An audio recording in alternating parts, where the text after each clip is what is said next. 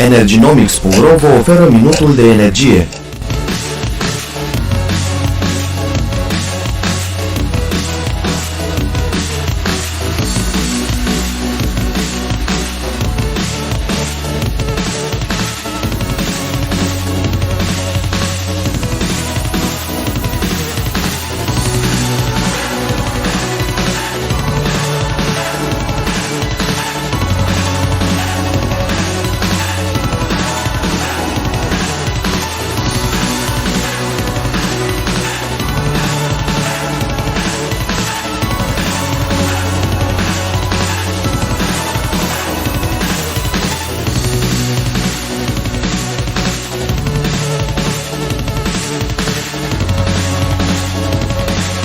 Energynomics.ro v-a oferit minutul de energie.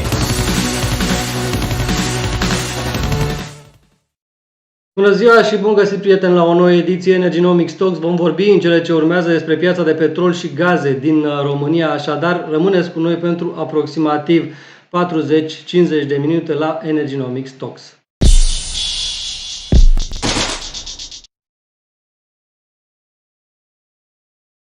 Good afternoon, Mr. Stephen Birrell, and thank you very much for being with us today at Energynomics Talks for this conversation on the Romanian onshore oil and gas industry.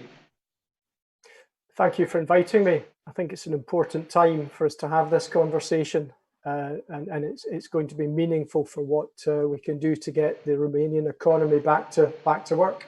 Yes, we are still under the spell of the pandemic, and from what I understand, you are in London now. Please tell us a few words about how your business life or your professional life changed during these last months.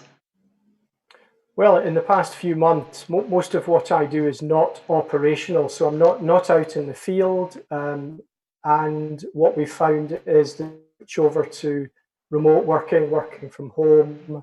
Remote technologies such as the one we're using now, they've all been helped in enabling us to continue doing what we do, analysing, making decisions, planning. So there's been an impact, but I think it's been surprising to find that impact will have been lower than expected. Yes, we'll be talking these minutes about the Romanian onshore industry, but of course we will have to have a short passage through the global context and also on the local market and what are the main drivers for this Romanian oil and gas industry. But please tell us a few words about ROPEPCA for those of our listeners that are not necessarily familiar with the association. Yes, thank you. Well, ROPEPCA is the association for companies involved in the upstream oil and gas industry, mainly onshore within Romania. We were founded in 2012, and we're here to present a unique voice to engage with stakeholders and promote a better functioning industry, free market principles, and fundamentally encouraging and helping to grow the Romanian economy through investment and jobs. So right now we have about 17 members. These are drawn from explorers, producers, and some of the service and support companies that are active in Romania. And in fact, we even have members who are not yet active in Romania, but are looking to invest. So we see ourselves as helping within Romania, supporting the people here, but also we see ourselves as an association that can help bring further investment to Romania. So that's kind of what we do. In terms of the economy, between about 2014 and 2019, our membership accounted for over 24.5 billion RON in investments. And that equated to about 53 billion RON in contribution to the state budget, which is about 10% a year. And we employ over 15,000 people. So we see ourselves as a significant part of the Romanian economy, which positions us to be here to help the Romanian economy restart and get back to work. And one of our main messages, Gabriel, is investment. Investment is everything. But Yes, in fact, this is the main thing that we agreed upon for this conversation: investment in the Romanian oil and gas industry. But first, I'd like to hear from you some views on the global context. It is a very turbulent one, with this variation in the oil price in the benchmarks, both in Europe and the United States. How do you see it, and what are your expectations for the near months? From a global perspective, what we've seen is for several years now, we've seen a demand supply that is in balance or just overbalanced with regards to supply. So we've seen a suppressed oil price compared to 10 years ago. And most recently, what's obviously happened is we saw a crash in the oil price at the beginning of the year. It went from about $65 to about just over 30. And then with the onset of the COVID pandemic, which I think was not forecasted, that price further crashed to, I think, a low of about $15. And if I can cite one example, there was a unique situation in the US where West Texas was trading at minus prices. Yes, it was. There were a few days when the subject became interesting for the mainstream media also. Absolutely, and you know, for the people listening in today and everybody on the street, if you look up above your head, you'll notice there's no contrails in the sky because there's no aeroplanes flying. If you look out, you might see less buses and less cars on the road. And what that's led to is a huge demand destruction for oil and gas products. So there's quite a variety in predictions for that demand destruction. One trader suggests 35 million barrels a day has been taken out of the market of what was predicted to be a 100 million barrels per day global demand. And others are a bit more optimistic, saying only about 17 million a day, so 17%. Now, if you put that into context, if 20 million has been taken out of the market, that's 20%, then you'll appreciate that as hard as OPEC might try, a 10% cut in production isn't actually going to bring us back into balance. So this cut in demand came mostly from the pandemic impact, but I suppose that there are also some more deeper trends that affect the market this year, and I have in mind this world price, how it is called, between some of the major producers globally, and also the mega trends in general in the global economy. Well, that's right. So the first cut I talked about was from about $65 to 30, and that was the price war between OPEC Plus and the rest of the OECD. So that was quite a shock, but that could be managed. What couldn't be managed was the next cut, which was from 30 down to 15. That was COVID, and of course the initial price war evaporated in the sense that people who were producers that were competing for market share suddenly realized they were no longer competing for market share, but they were competing for survival. What is your please? So you know that led to a re-meet of OPEC Plus and an agreement, and then what we saw gradually is the oil price has rebounded to about $40. That's Brent I'm talking about, the Brent reference price. And now what everybody's looking at is what will be the overhang effect of COVID. Will planes go back in the air? Will people take back to their cars? Will industry resume its use of oil and gas? And that's the overhanging unknown at this point. Is there any forecast that you can launch today about the median price, average price for the 2020? And I have in mind this number that came from OMV Petrom. They expect somewhere around $60 per barrel as an average price for this year. That is the latest forecast that came from their part. Well, Today, we're actually seeing the analysis of all of the first quarter financial results for most of the listed majors around the world, and it's very telling. So they're reporting impairments on their assets based on the new oil prices, and they're reporting, some of them report what oil prices they're using. The most transparent has been BP, and BP have suggested, or they've stated that they're using $55 a barrel flat for the next few years, out till 2050, I think. So that's one prediction. And then you've got other majors who are saying it's 35 this year, rising to 75 in 6 years' time. Gabriel, there's no crystal ball, and all those cliches apply here. It's one of these things with economics. You have to be the lowest cost producer and the most efficient so that you can afford to make a profit on producing a barrel of oil or a cubic meter of gas, at the same time as paying and investing in low carbon technology and carbon pricing to continue to have a social license to operate in the Western world. Can I just segue to another aspect? And that's something that we're relatively blind to here in the West. So I consider Romania and Europe, we're all in the West.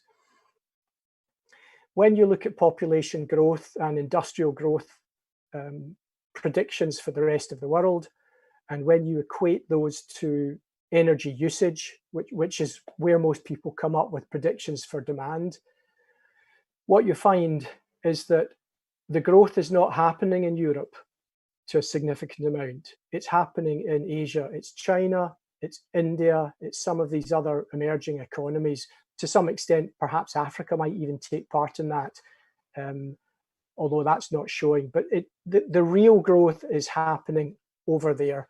For many years now, Europe has seen a sort of gradual flattening of demand for energy because we've become very efficient, and that's a characteristic of a developed and a developed economy. However, we have here in Europe a very strong sentiment of insecurity when it comes to energy, and in speak to oil and gas also, there is this constant discussion in Europe about securing the supply of oil and gas. Absolutely, has to be a discussion, because although we're not the growth industry or the growth regions for energy demand, we're kind of flat. We still need that energy. Now, by nature of its production, oil and gas production declines year on year without investment. So in a do-nothing scenario, if I'm producing a barrel of oil today, I'll be producing much less next year, but demand stays flat. So there's always going to be import. And the question is, where's that import coming from? Where are we getting our energy? Are we replacing it with renewables? Are we replacing it with imported gas? Are we replacing it with imported oil? And there's an important point to be made here, which we're bringing to the Romanian state, and that is that the Oil and Gas UK produced a report last week, and it claimed and stated that imported gas is much more carbon intensive than indigenously produced gas. So, I'm going to translate that to the Romanian public to say, if we produce our gas and our oil internally, it's going to be more carbon efficient with a better carbon footprint. But beyond that, it's going to create local jobs. It's going to bring local investment. It's going to provide state revenue for the government to reinvest in infrastructure and social benefits. And that's why locally produced oil and gas is always better than imported. And Romania is unique in Europe. It's one of the sort of three unique nations, let's call it Norway, the UK, Romania, and we can include the Netherlands there in that they are resource rich. And it's been a long history for Romania, of course, the oldest oil industry in the world. So it's a big part of the economy. It's a matter of pride and should be. And local production is always going to be better and more efficient than importing it. Simple as that. The benefits you mentioned seems to be well acknowledged at the level of the public decision makers. And I go to the first question related strictly to the Romanian market, starting from the idea that the Romanian authorities keep on talking about investment in the energy sector, and they see it as a driver for restarting the economy after the COVID-19 pandemic. My question is the Romanian oil and gas sector a plausible destination for new investments? Yes, I believe it is. And today we made a release on what we called our COVID-19 resilience package, where our key messages were the how to get the Romanian economy back to work after this pandemic, how to encourage investment, openness towards the business environment, adapting our operational sequences on the ground, the implementation of truly free market mechanisms, and then fiscal stimulus. All of these are not new tools that have been used in the UK as production declined, in the Netherlands as production declined, and we're now seeing in Norway to stimulate investment in their upstream oil and gas industries. So we need to see these in Romania. And why is Romania a good destination? We have a saying in the oil and gas industry that the best place to find oil is where you've found it before. And we've found a lot of oil and gas in Romania. However, when you compile those measures you take in front of the public or general public, it seems that some of those measures are not in place, in fact.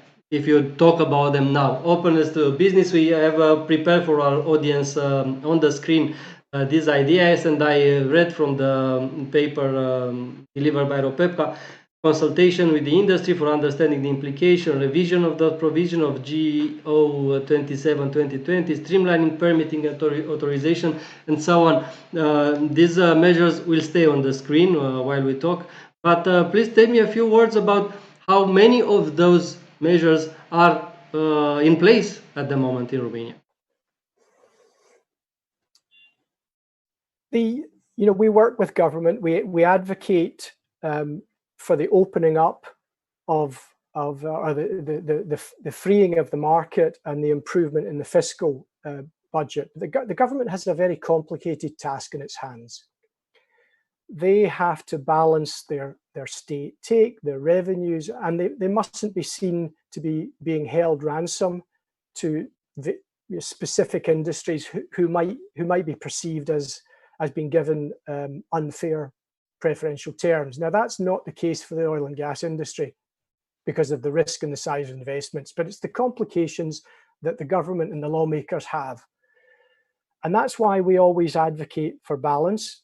That's why we engage with them to say, okay, we need fiscal stimulus. Let's look at what the UK's done. Let's look at what Norway's doing. Let's look at what the Netherlands have done to stimulate marginal fields, because they need fiscal stimulus, because under standard taxation and royalty, they might not be profitable.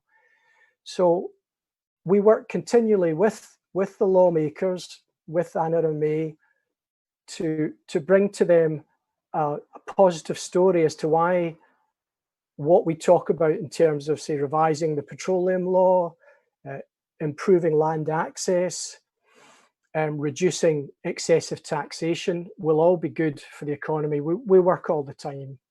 So while all of the measures may not be there today, we would continually advocate and hope that they will be here tomorrow.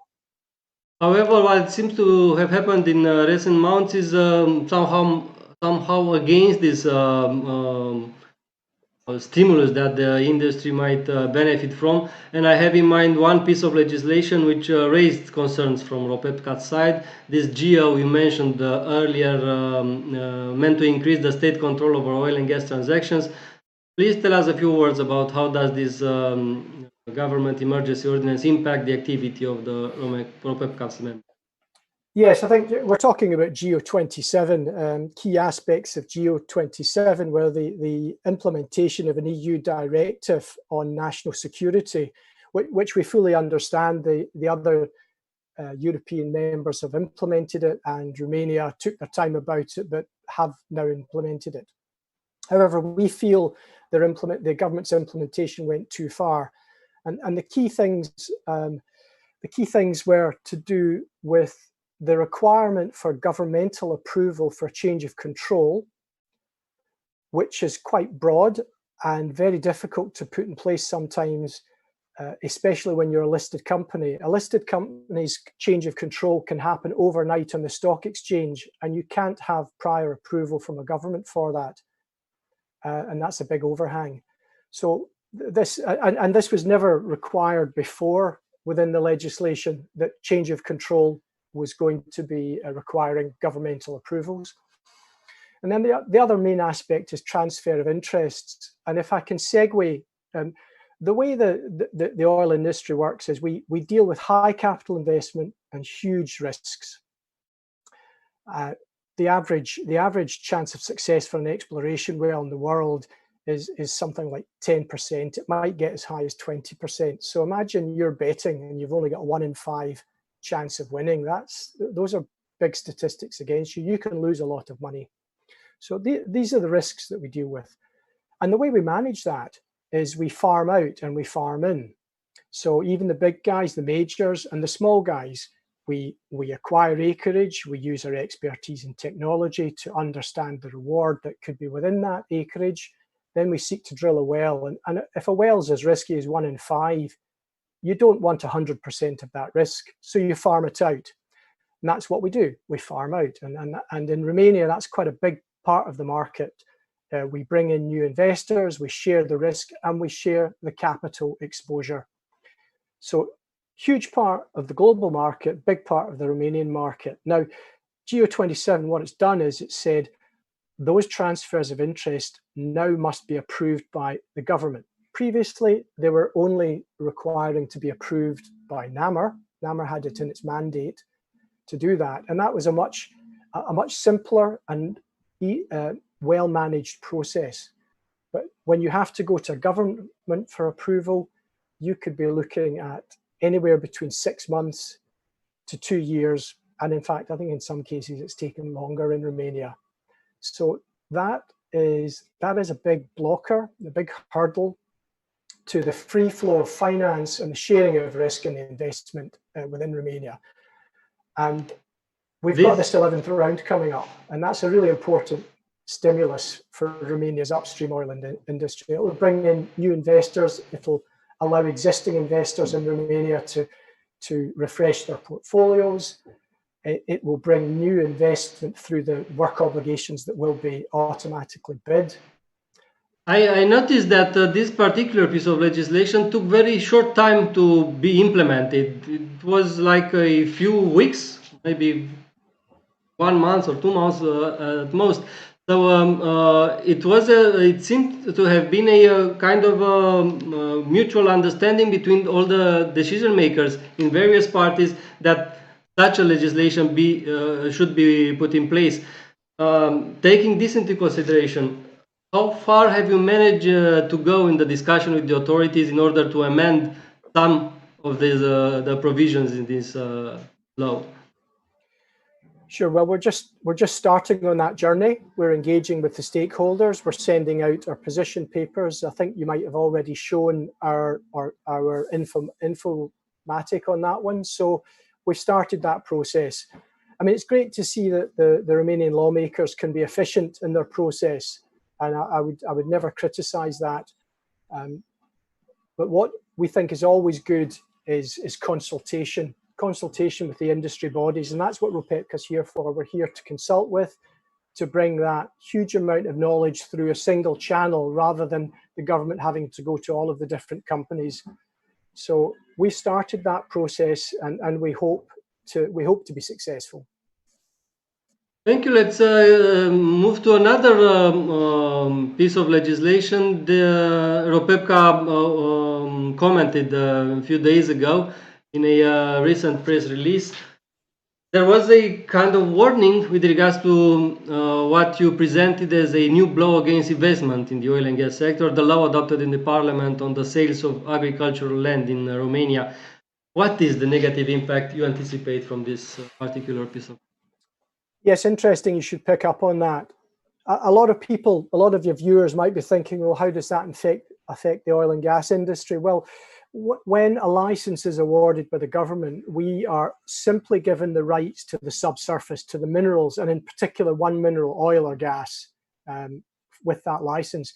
But but at the surface, we simply have the right to engage with the landowners to agree terms upon which we can access their land, whether that be through the right of servitude or easement, or whether we rent land or whether we buy it. Now, the majority of Romania and where the oil and gas is either forestry or it's meadowland, it's farmland. So where this law impacts us is that it will restrict some access to land, and this exacerbates a situation where it's already difficult to access land due to lack of documentation, lack of clarity as to who the successors were, who owned the land. But I think, so that's our concern. But what we wanted to make clear was there has to be a bigger concern here, because the law takes away the right of the Romanians to invest or buy their own land. And we kind of felt that was really restrictive. Now, of course, we've got an interest, but that had to be flagged. So we did that. And we're hoping that we can influence the law to the point where all the rights are retained for Romanian citizens, and our ability, the oil industry's ability to access land is retained, and if not improved. My feeling is that this law was not fully thought over. There are no those who wrote the law in this form had no intention to harm a specific industry, oil and gas or others that might be impacted by these provisions, but they didn't thought over to the final consequences. In this respect, it is more probably that you would find some open ears in the legislation side, in the parliament, and maybe in the government. Has the conversation started already in this respect in order to make this piece of law a little more or less burdensome for you? Yes, the conversation has started. I think it's being challenged constitutionally, so that's being done within the parliamentary process, and we will be amicus curiae to that. We will support it from our point of view. We started. And I think what's important here, and I'll emphasize this again, Gabriel, is that consultation is so important with the correct bodies, and ROPEPCA is that body for onshore, the upstream industry onshore. And with that consultation, then you can get learned decisions made with the proper information. And while I'm sure there's never a negative intent, sometimes it just people fail to go out and consult and talk with the people that perhaps they should do. So ROPEPCA, we are that organization. I remember a few years ago we were talking about quite a similar issue, the pasture issue, if you remember.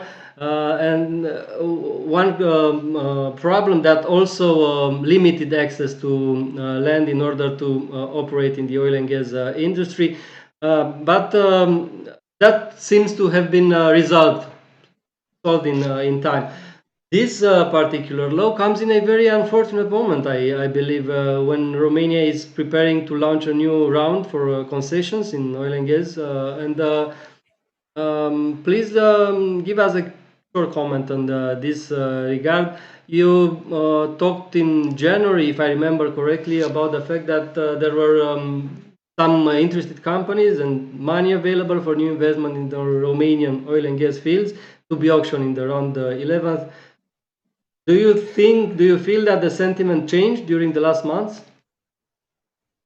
I haven't seen the sentiment change. There's a lot of frustration out there that the 11th round has not yet been gazetted in the European Journal.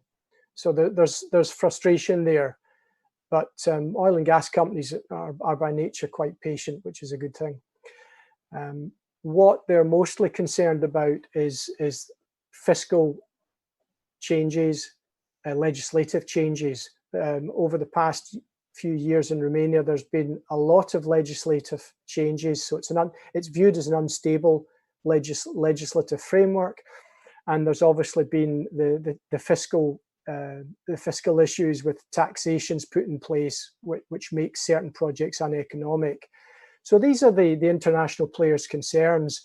From the people I've spoken to, they're still keen to bid, to come to Romania. I know that the existing players in Romania are really excited about the round.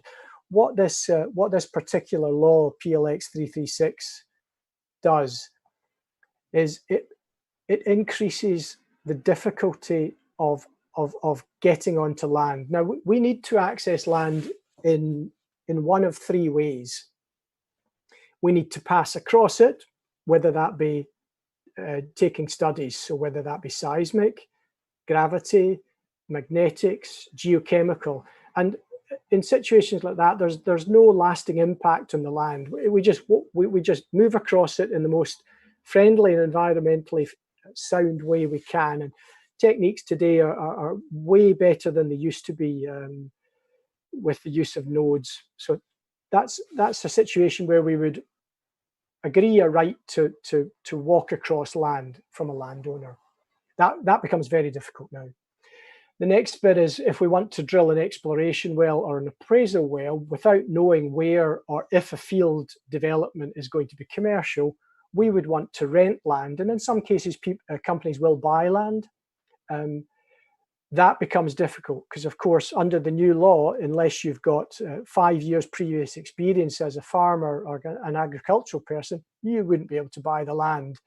And the chances are you wouldn't be able to rent it to somebody that was going to use it for non-agricultural means. So that's a real impediment. And then the final part is once you've gone through the seismic and the exploration studies and the exploration and appraisal drilling, you move towards the development and production stage. Many companies seek to either have long-term leases for land or to buy the property which they're going to develop. And I should point out that normally the footprint for those developments is significantly smaller than the actual size of the field. And nowadays, with efficiencies in hub drilling and well site planning, you can have very small footprints on land. So you're not talking about needing large swathes of land. But again, accessing land for development suddenly becomes really hard. Now in terms of this 11th round, why that all matters. But when an oil company bids for a license round, it's typically given 5 years to execute a work program. Now, your viewers will be thinking, well, 5 years is a long time, and it seems like a long time. But when you get to gathering data, analyzing the data, acquiring seismic, which can take over a year, analyzing the seismic, drilling a well, and at this point, you've still made no decisions whether you want to keep going, but you've probably invested upwards of 10, 15, 20 million euros. Your 5 years is almost up. It goes very quickly. So the difficulty to access land and undertake the work that you've bid in your work program is very material to the success and the ability for oil companies to actually do their business. I hope that makes sense. These changes in the agricultural land sales aside, how was your activity during the last 3 or 4 years? I heard less about problems in accessing land for oil and gas operations. Is that true? Yes, in the past sort of 5 years, I believe things have become better. There was some legislation passed a while back which removed one of the issues, which was successors. It used to be that you would have to get the land book, find out who owned the land, conclude contracts with them to access the land. And there's been some legislation put in place which makes that a lot easier. So that had happened. And so things were moving forward, but they were still slow by other regions. So if you look at the US, it's much easier to get permitted, to acquire, to access, to permit, and to drill much easier there. I don't know the exact times, but it's not a year. And in Romania, we're still looking, if you want to drill a well, you're probably thinking, okay, that's a year.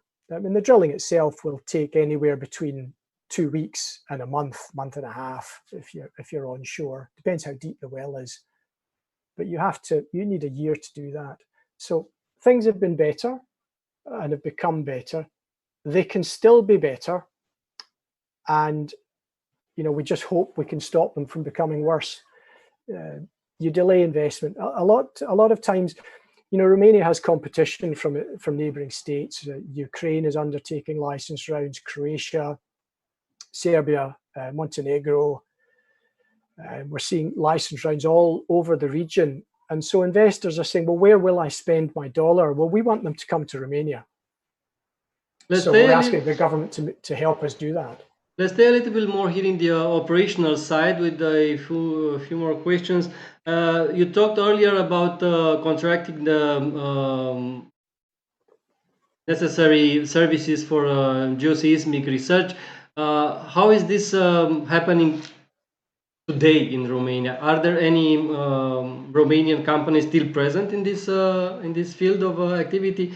There are some great difficulties with the major contract of this kind of services, prospecțiuni. I'm curious how the things are going now.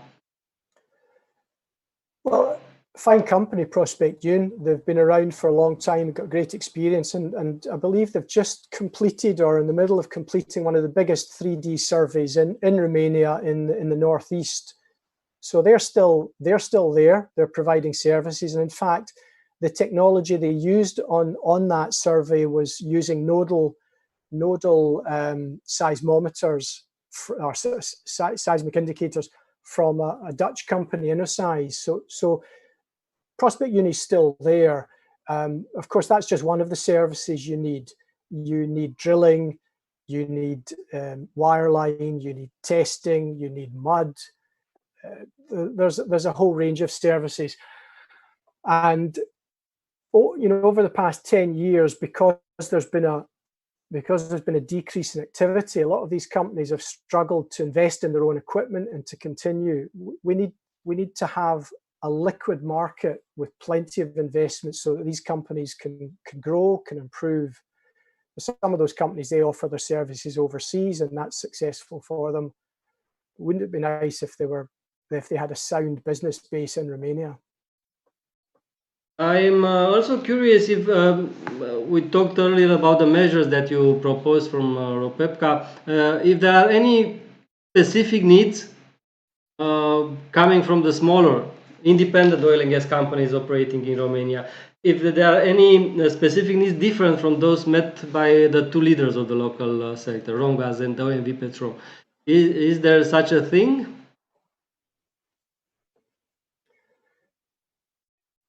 I really think it's not a good idea to say that the big guys in their sort of operations are different from the small guys. We all have to drill wells. We all have to shoot seismic, to acquire seismic. And if a development's successful, we're deploying the same kind of technology. So in that in its fundamentals is the same. Of course, the larger players, they have cash flow in Romania, so they can offset some of their losses against tax, whereas some of the independents who have no cash flow, they don't have that benefit. They're trying to achieve cash flow. So I don't think it's a good thing to distinguish them. The oil and gas industry, what will be good for the intermediate and small company, it'll be good for Petrom and mostly vice versa. My question is also related to the feeling I have, maybe correct me if I'm wrong, that the Romanian authorities and the analysts in Romania in general give little attention to the independent companies, and they are focused mostly on the big players, while those independent companies might aggregate it to provide with significant quantities of new gas for Romania if all the conditions met for their proper functioning.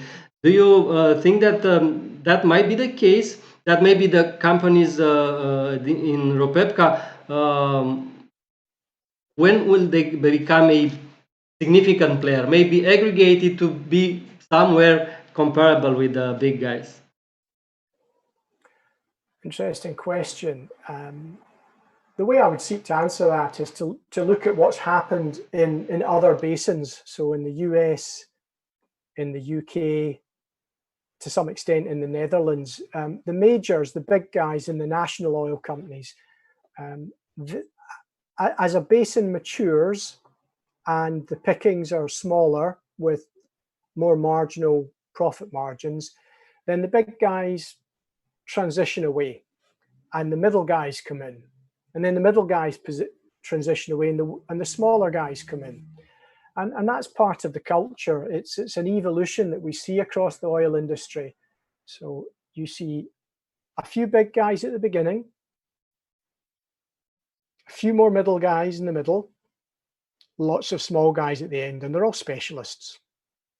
And if you look at, let's say, Albania, the Patos Marinza field in Romania was developed by Bankers Petroleum, small company, came out of Calgary. They were a specialist. They were a specialist in heavy oil production because that's what they knew to do. It's been really good for the Albanian government and for the oil field at Patos Marinza.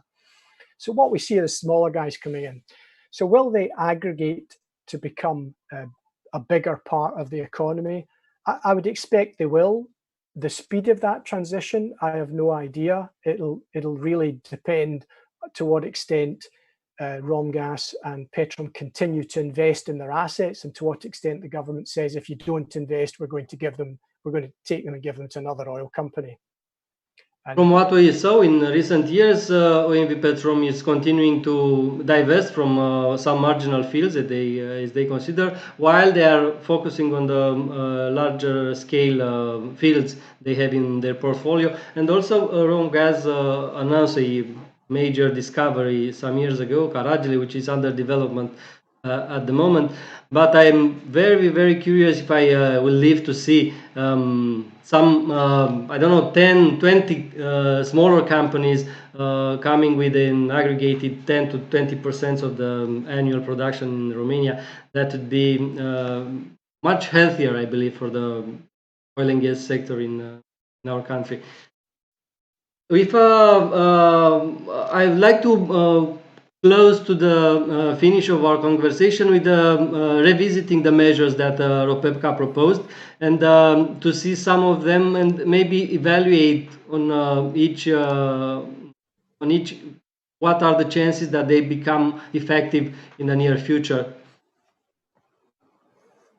Okay, so we're talking about the COVID-19 resilience package, or are we talking about the measures for GEO27? To be honest, they merge into each other, because everything that ROPEPCA proposes is always about making our business more efficient and promoting investment, therefore jobs. So if we look at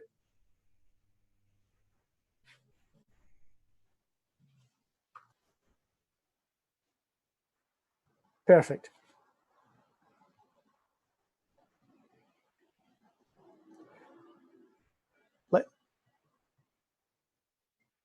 Okay, so let's do that. Let's look at what openness towards the business environment means. It means consultation with the industry.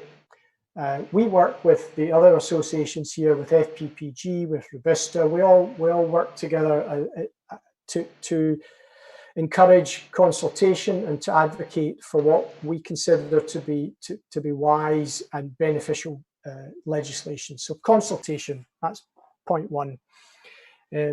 Revision of GEO27, I talked earlier where GEO27 takes away the ability of NAMR to approve transfers, thereby stopping or slowing significantly investment, and also where a change of control is now required to be approved by government. So we would want those things removed.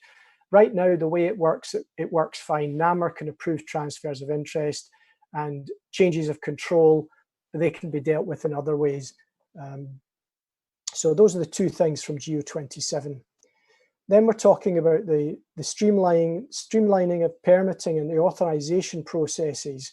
So we mentioned earlier acquisition of seismic, we mentioned drilling, we mentioned development and production. All of these require permits. Some of them require environmental studies. They all require environmental permits. That process is very slow. It's not consistent across all of the counties in Romania, and it needs to be. So we're looking for an improvement in that authorization of permitting process.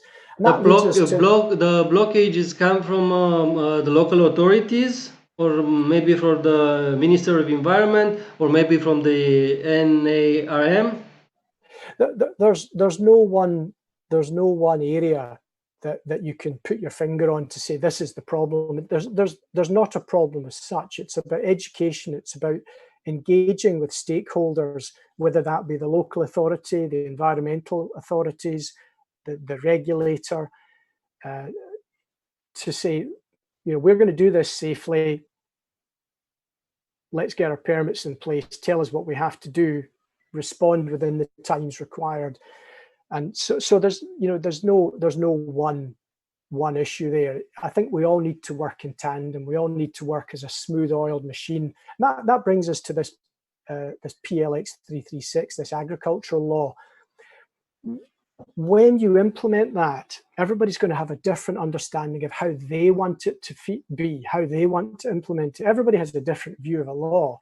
So you talk to a parliamentarian, he's going to say it's going to do this. You talk to NAMR, they're going to say, no, it's going to do something different. You talk to the regional authorities, it's going to do this. You go to the mayor, you talk to the county authorities, he thinks it's a different way. That's very difficult to deal with. We need a consistent way.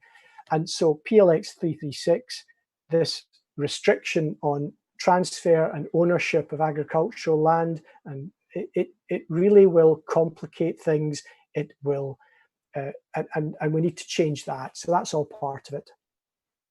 Okay, the second chapter, adapted operation, has more to do with the regulator activity. Yeah, well, I talked earlier about this 5-year process on a license, whereby you've got a 5-year period. You've bid a work program, you have to execute it. That means investments, it means seismic, wells, other studies, could be anything. You've got 5 years to do it. And when something like COVID comes along, with this pandemic comes along, you might have thought everything's going fine, all my timing's good, and I'm going to complete all of my commitments within the 5 years. And then suddenly you can't. And so what we're talking about here is the flexibility for NAMR to provide extensions, to engage with the oil companies, and for the oil companies to engage with NAMR and say, this has happened, wasn't our fault, and this is legislated for within the petroleum law, where something is beyond your control and is not your fault. We should be looking at the ability to extend these deadlines, because, as I say, you've got the 5-year period, but also every year an oil company will submit a work program to NAMR for what they're going to do in the coming year, what investments, what they're going to do, and that becomes an obligation. Of course, that was done in December of last year when everything was looking fantastic. Oil companies said, we're going to acquire seismic, we're going to drill a well. And then you got to February and March when they were all shut down and they couldn't leave their offices. Well, it's clearly going to impact. So we need this working with NAMR to get these extensions. There's also things like deferment of royalty payments, where companies are really suffering in terms of cash flow. Then the deferment of royalty can really make a difference. And it's about understanding whether it's a cash flow problem or whether it's a fundamental balance sheet problem. If it's a cash flow problem, we can defer royalties, we can defer taxes. And that's the stimulus that you're seeing all around Europe. Companies are being told you don't need to pay your tax, you don't need to pay your VAT. So it's things like that. The government seems to be very open to such measures in relation with the general public. I have in mind this decision with paying the installments to the banks, for example, or paying the bills for utilities. Few examples just, but and also there are some similar measures for the companies. Have you received any good signal in this respect with the deferment of taxes and royalties? You know, that initial set of statements from the government saying that they're open to that and they're going to do it, that was a good signal. Now we have to put it into action, because when you think about it, it's a chain. So if the government says, you, Mr. Consumer, don't need to pay your gas bill, it doesn't stop there, because he's not paying the intermediary that provides his gas. And so that's a loss of revenue. So he, you know, what does he do? And then he's got to pay tax or rent. And then the person he's paying tax or rent to has to find that money from somewhere. It's a big chain, and actually stops, most of it stops at the government in the sense of revenues and taxes and VAT. So, you know, as long as that whole chain's been thought of, and the government set out the principle that it will consider that, it's up to ROPEPCA and our individual members to state their case to the government and show that they are deserving of that kind of relief. So, and I think it can be done. It's more or less the same situation with the issues you listed under liberal market mechanisms, because the authorities once again acted for keeping the prices for the consumer as low as possible, with this reference pricing related to Austria, for example, but not only that. And they didn't think it through that in fact the producers come to carry all the burden of such measures. And also I'm curious, what are your discussions with the authorities in this respect? Well, what's important is a free market. We've advocated for a free market all along. So free market mechanisms are the removal of the central market obligation, the abolishment of the windfall tax, reference pricing related to local market conditions, so that it's a real tax on earned income, not a tax on unearned income, and then free market pricing. All of this relates back to one of my forebears, Adam Smith, a prominent economist, who said you should let the invisible hand work, not the visible hand. So no market intervention. So we're seeking with the government to remove the market interventions, so that the market can function freely and efficiently. Now, you know, it's always upon someone in government to look at regulating things to make things fair. Sometimes they're trying to do it because they think it's fair. Sometimes they're trying to do it because they think it flattens the market, the playing field. But ultimately, that's not the case. The free market will define the price. And where that price happens to be difficult socially, then there are other mechanisms in place to make sure that energy poverty and social disadvantage doesn't arise from a free market economy. So a lot of things to be done there, Gabriel. Thank you, Stephen Birrell. My question's finished. If there is anything in particular that you would like to add to our audience, please, you can do it now. I think I'd just say again, you know, as the single voice for the upstream sector in Romania, we are here to help Romania get back to work.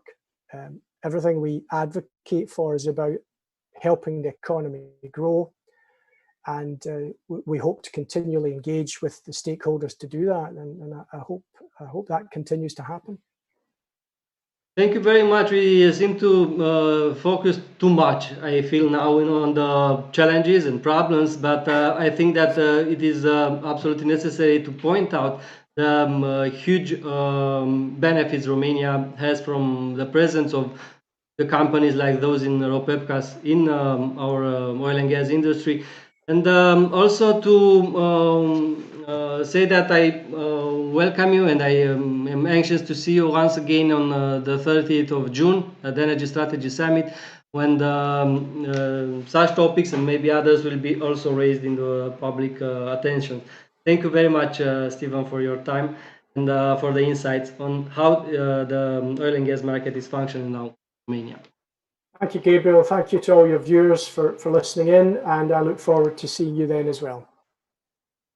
Doamnelor și domnilor, două vorbe din partea mea în finalul acestei conversații la Energynomics Talks. Vă mulțumesc că sunteți alături de noi. Acest interviu va rămâne accesibil pe pagina de YouTube al Energynomics, unde veți putea să urmăriți în reluare și mai în detaliu eventual comentariile pe care le-am primit de la domnul Stephen Birrell, președintele ROPEPCA.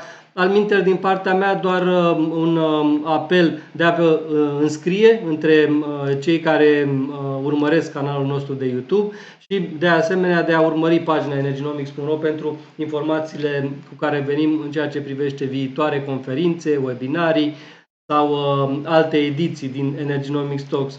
Chiar peste 2 zile am programat o discuție cu doamna Cristina Cremenescu despre soluțiile de încălzire pentru populație în România. Sigur, poate părea un pic momentul nepotrivit, dar dacă nu vorbim acum vara, probabil că, și dacă nu acționăm acum, probabil că lucrurile nu se vor schimba foarte mult până la iarnă. Așadar, atât din partea mea pentru astăzi. La revedere la Energynomics Talk și pe pagina noastră energynomics.ro.